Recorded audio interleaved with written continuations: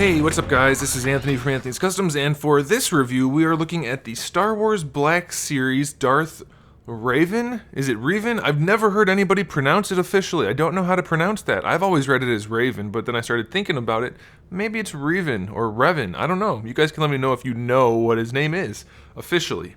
Anyway, this guy is a pretty cool figure. We've got a variety of soft goods. We've got some nice paint detail. We've got some nice sculpt detail, and we've got two lightsabers. There's not a whole lot more you can ask for out of a Star Wars figure at this scale, but maybe it's not perfect. So let's go ahead and get it off the stand and take a closer look. This guy stands about 6¼ inches tall, which makes him just about 16 centimeters, and like I said, he does look pretty good. At first glance, there's a lot of color.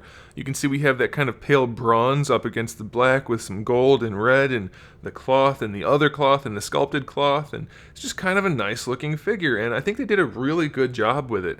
They put a lot of detail in this figure compared to what we normally get from Hasbro products, so that's kind of nice. You can see the faceplate looks really good, and it's just well sculpted in general and well detailed.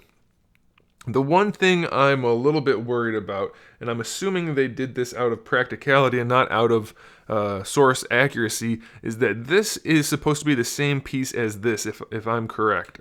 I could be wrong. You guys know I'm not the biggest Star Wars fan, but I'm fairly certain that this is all one piece, and this is really wrinkly sculpted. And this isn't obviously that wrinkly, so it does throw it off a little bit. I understand why they did it, and it's not terrible, but I think they might have been able to handle it just a little bit better. Maybe just reduce some of those wrinkles in the sculpt. I don't know. But maybe it's supposed to be like that, and I'm remembering incorrectly. So before we get into the figure anymore, though, let's talk accessories. We have the two lightsabers. We have the purple one, which is a very nice purple, and we have the red one, which is a very nice red. They're both fairly vibrant and fairly well saturated and clear and nice looking, and they have nice details on the handles, so that's pretty cool. Now for the articulation on this guy, we do have some issues. The head is not articulated at all. I mean, you can technically move the head inside the hood, but just barely, and I guess that's okay for some posing, but that's really it. You get about maybe 15 degrees in either direction, and that's it. So it's a little bit limited. I guess that's okay. I don't really mind it that much, although I think they could have just separated the hood above the rest of the cowl area. Like if this was separated right here, I think it would have worked, but it's not a big deal for me. I think it's okay. For the shoulders, we have our standard fixed hinge, which does come out pretty far to the side, and you can obviously rotate it around, but this is fairly hard, so you can't really move it around too far, but I think it's going to be good enough. We don't need to put them in any Spider-Man poses.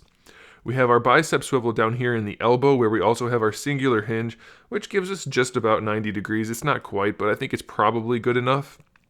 And then for the wrist, we have our hinge and our swivel, and both hands are obviously gripping hands so that they can hold the lightsabers. We have our ball peg in the diaphragm area, which is very well hidden. I love that. I keep forgetting that it's in there, actually.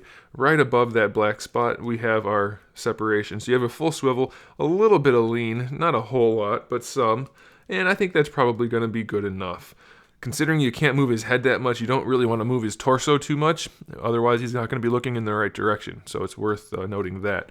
This piece is actually a separate piece. You can move it around. And then underneath all of that, I don't think I'll be able to actually show you. Well, maybe a little bit. No, I can't. He has a waist swivel like any figure would that we're used to. It's very loose. Now, luckily, it's only a swivel, and it's not really going to have to hold any weight or anything, but this is a very loose waist swivel. Doesn't really matter, but it's worth noting. For the hips, they're just the standard current Marvel Legends or Star Wars Black hips, so you can bring the legs all the way forward, although his skirt does limit him a little bit. I think it would have been nice, even though it's not perfectly accurate, if this was actually a split rather than a seam going right here. That would have helped with the articulation a little bit, but again, I don't think you need to be putting him in any high kicks or anything like that. So being able to bring the leg back and forward is nice, and it can do it, but I don't think it's altogether necessary. So no big deal there. Going out to the side, that's as far as it can go without the skirt limiting it, and so the skirt doesn't really play a role. So that's fine. It's not the best range, but it'll do. You do have a thigh swivel in there, so that's pretty much standard.